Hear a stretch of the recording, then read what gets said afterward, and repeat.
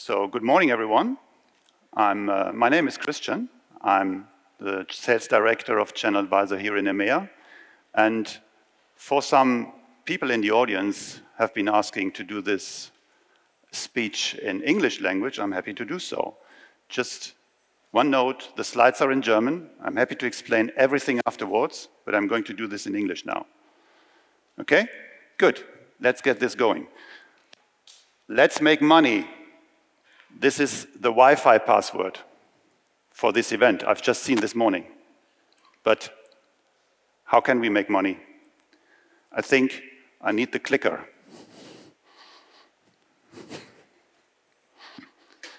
Forgot the clicker. So here we go. Before we make money, we need to do some advertising. And this is why retail media is the topic today. So what we clearly can say today, retail media is here, and it's here to stay. And it's even gaining importance. So I'll take you through today, through the customer journey as it is today. It changed a lot over the years, the retail media landscape, and some topics, how to be successful, and to wrap up, the most important takeaways. So the customer journey today is completely different than it was 3 years ago. We all have the pandemic in mind, and today the customer journey is very various. Loyalty of customer is going down, and the sources where those customers take their information, their inspiration from, are very different. So it's the search engines, it's social media, it's the marketplaces, it's the retailers, or the brands' websites. So a lot of sources to get information, inspiration, and the trigger to buy a product. And we made a survey with 5,000 end consumers, around 1,000 in each country, which is of importance for this area. The US, the UK, Germany, France, and also in Australia. And we've been asking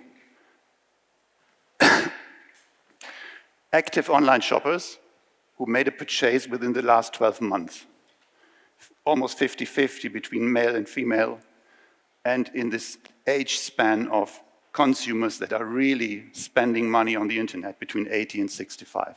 30 questions, and these are the answers. So the first question was, where do you usually start to research for a product? And surprise, 46% do this on Amazon. It used to be more. It went down from 60% 2 years ago to 46%. But this is commonly seen as the source of truth. So a high level of trust that is brought to Amazon to provide the right information. 36 with the search engines, Google, Bing, and so on. 10% only on the brand's website. So it seems to be that Amazon has more competence. And then 1% in social media. So this gives an indication if social media, the influencer scene, is a little bit overrated. And 8% on other marketplaces. So a variety of sources to get the information, to get the inspiration. And then the question was, how many websites are you going to look, or are you usually looking at, before you make the purchase? And the major part of the end consumers go between 2 and 4.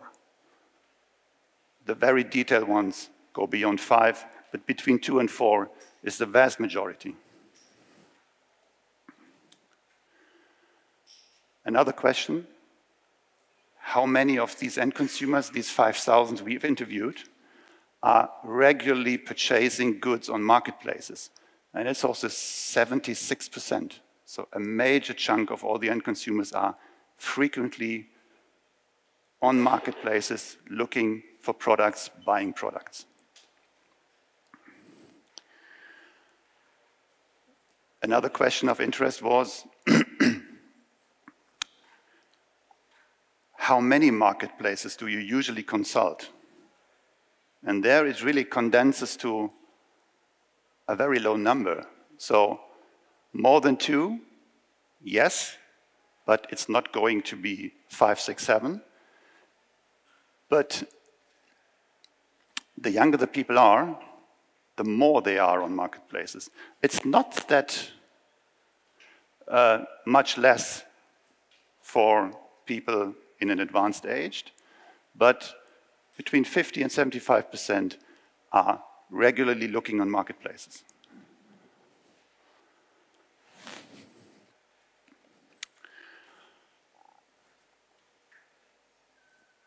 This question went to how did you make the purchase? How did you prepare for the purchase? And also here, the marketplaces are leading the business for get inspiration for a purchase, get the information about the product, and only after the brand's website or other retailers' website or the word of mouth from friends and colleagues. And then in the lower range, product suggestions, social media, and Google advertising. The question is, why is Amazon seen as a trustworthy source of product information? And the answer is very simple. They just have a lot. So they have 400 million products online, maybe 450 now. This number is 1 year old. So maybe they have even more. And they've seen generally as a source of truth when it comes to product variety, availability, range, and assortment. Another question targeting on the retail media subject. Did you click on a sponsored app within the last 12 months? And 42% say, yes, I did. So generally, we can say there is an acceptance for retail media sponsored ads. It's no surprise, the US are a little bit front-running, and France, Germany are behind. Interestingly, the UK is behind France. Usually this is the other way around. So there is an acceptance for the German consumers to go on sponsored ads.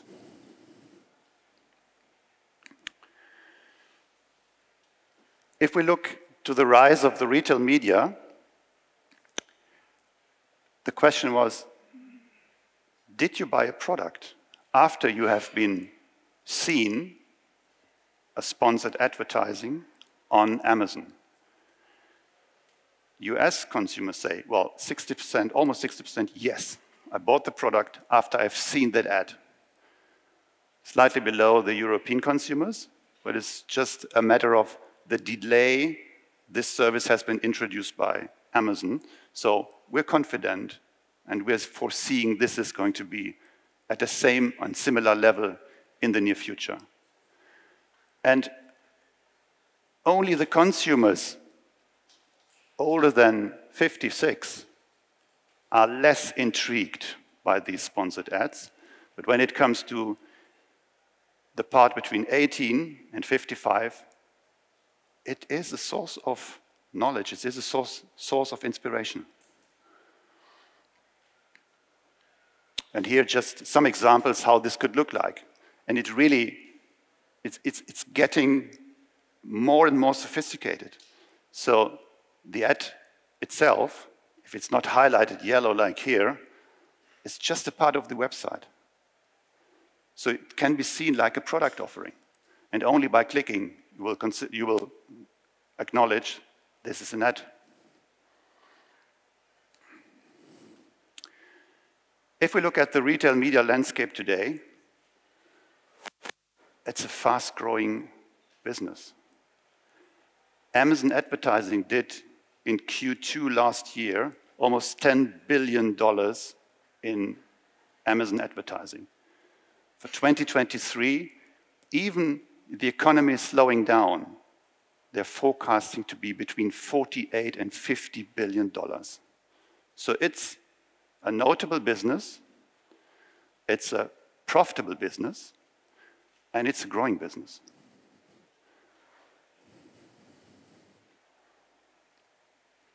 And there are others following. So this is not the one-hit wonder from Amazon, who's doing retail media advertising. Walmart followed the path. Walgreens is rolling this out in the US. There are some very US-specific marketplaces, but we've seen this with Otto in Germany. They're doing the same. Zalando in Germany, they're doing the same. So all the marketplaces, even private marketplaces, discovered this as an additional revenue stream for the business, but also to put products in front of the customer in a different way.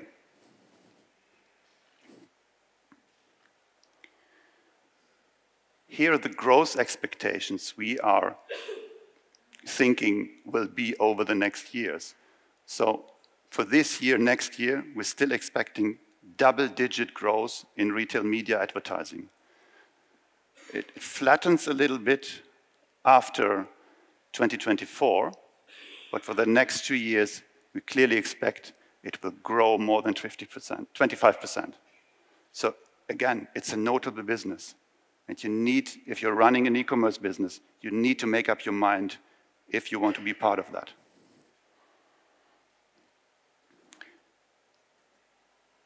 Looking at the examples how Amazon displays this, it can be the sponsored products, sponsored brands, sponsored display advertising, or even the storefront. So there are many ways to play this out. And any business really needs to understand, well, where is my space? Where is my space? Where do I want to put my product in front of the end consumer to sell the product, to make the money?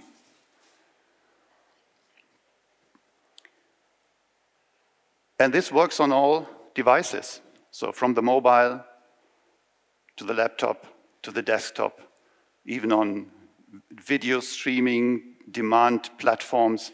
So all the platforms existing have been discovered as a space to do advertising.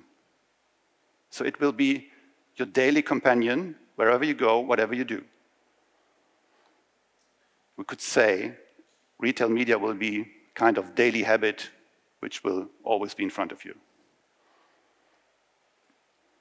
Recent example, Zalando is just launching this and going on the same rails. So, well, this is an additional revenue stream for Zalando and a good offering for all the sellers and brands on Zalando to create interest, to create the demand that ultimately ends in a sale.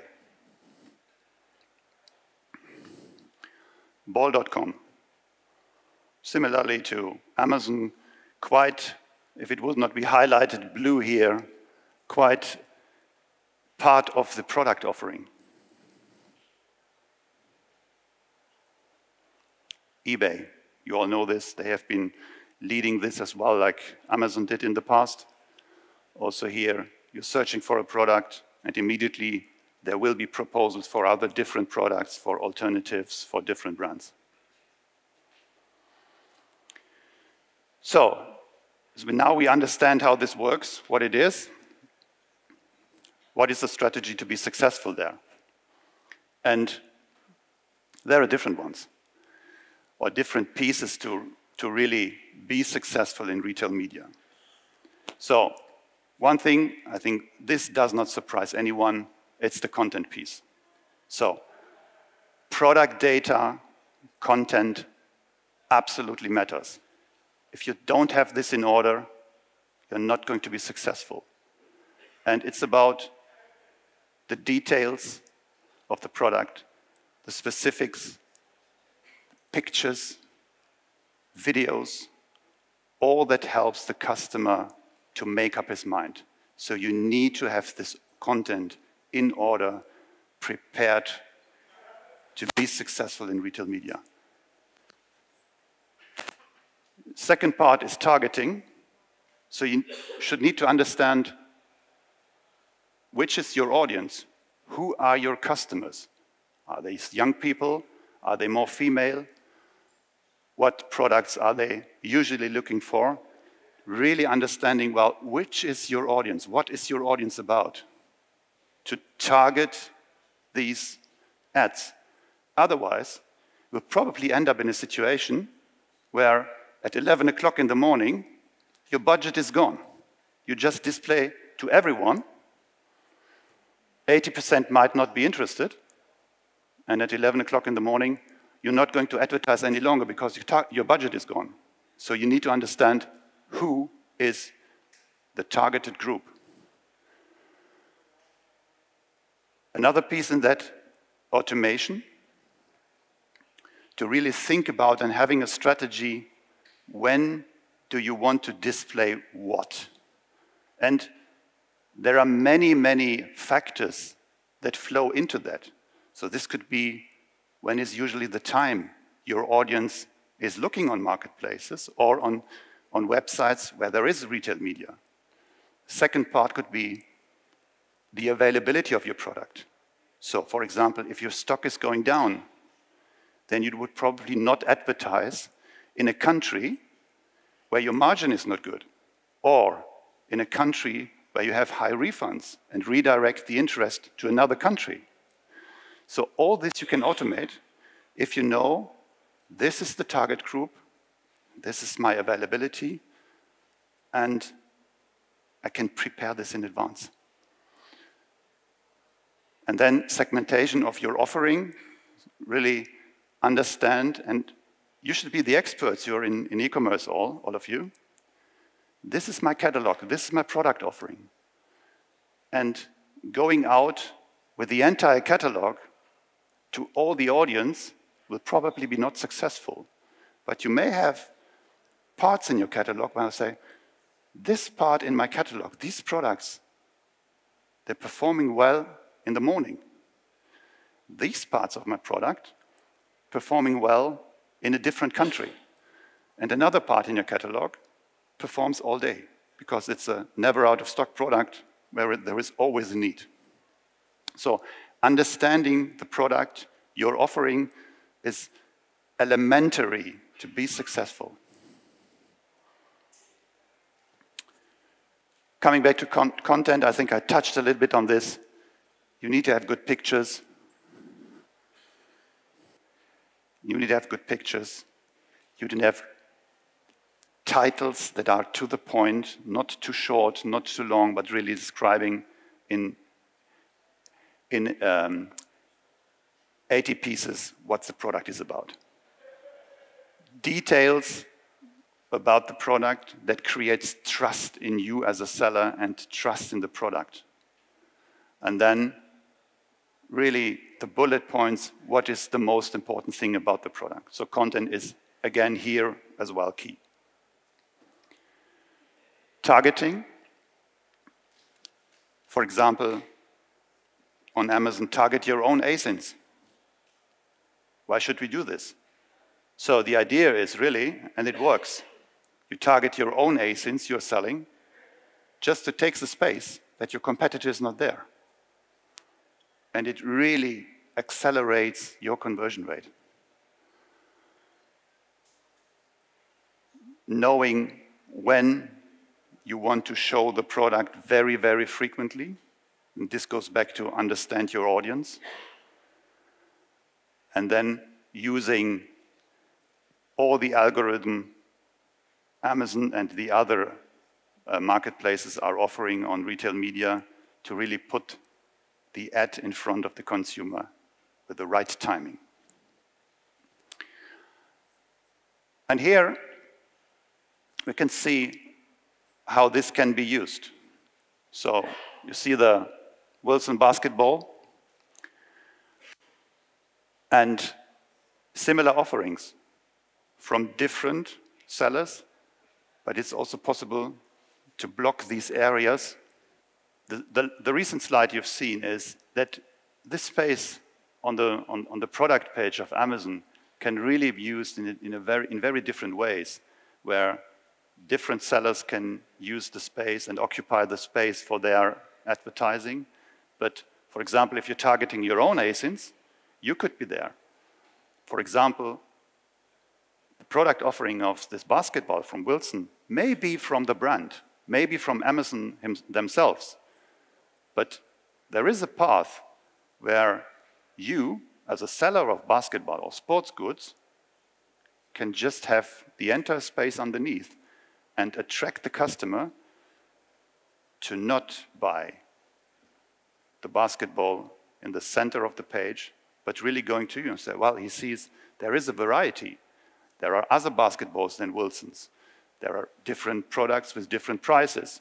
So understanding this can really, really help you to, we're back, to improve your business and to reach the right customers. Sponsored display ads, we've been touching on this, and there really the second part is the interesting one. If you know your audience, you can create the campaigns on that and really target the group that is the most affine to buy your product. Probably they are your loyal customers, so it's still relevant for them. Probably they are new customers. So again, it goes back, understanding the audience, understanding your product offering, and then you're in a good place to be successful here. Sponsored brand videos, something that came up over the last, I would say, 3 years, especially in the pandemic, when people could not go in local stores, touch and feel the product. But it creates trust if the video is done well. It gives a good impression for the end consumer to understand this is the product about. And it helps to convert better and faster.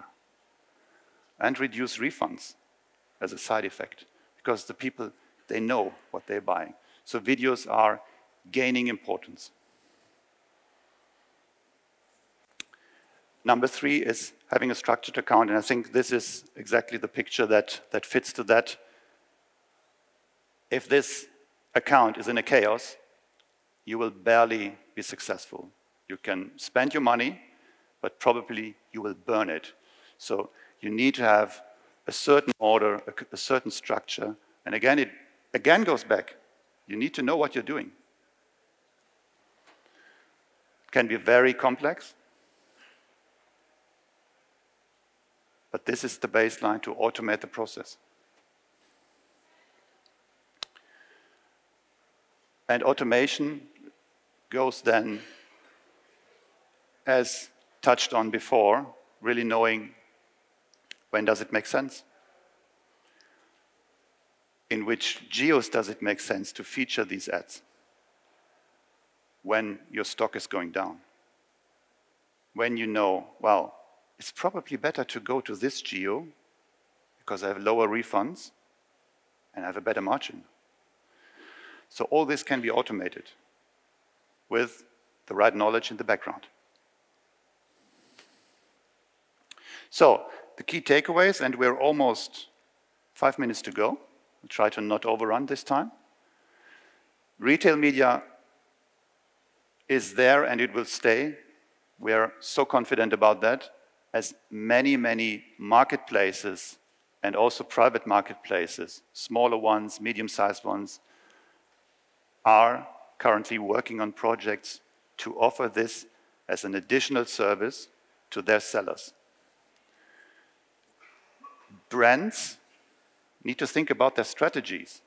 So how can a brand make sure that they still have the same positioning with their retailers than before?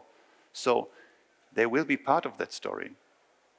And just imagine there is a new marketplace, or there is a marketplace where you're trading successfully in, which is an important source of your revenue, is introducing retail media. You better be part of one of the first ones advertising there. Because if you're going to compete with Nike, Coca-Cola, you will have difficulties to compete with their budgets. So it's also something to be front-running this, being the first ones to do this, to learn how it works, to learn how it is successful. Video, as an additional asset to fill the funnel, to create the funnel for the purchase. See that there is a growing importance. Automation, and you need to have a strategy. If you're just going there and advertising, I would say you better go to an expensive restaurant. You have more delight, more excitement than just spending money for retail advertising.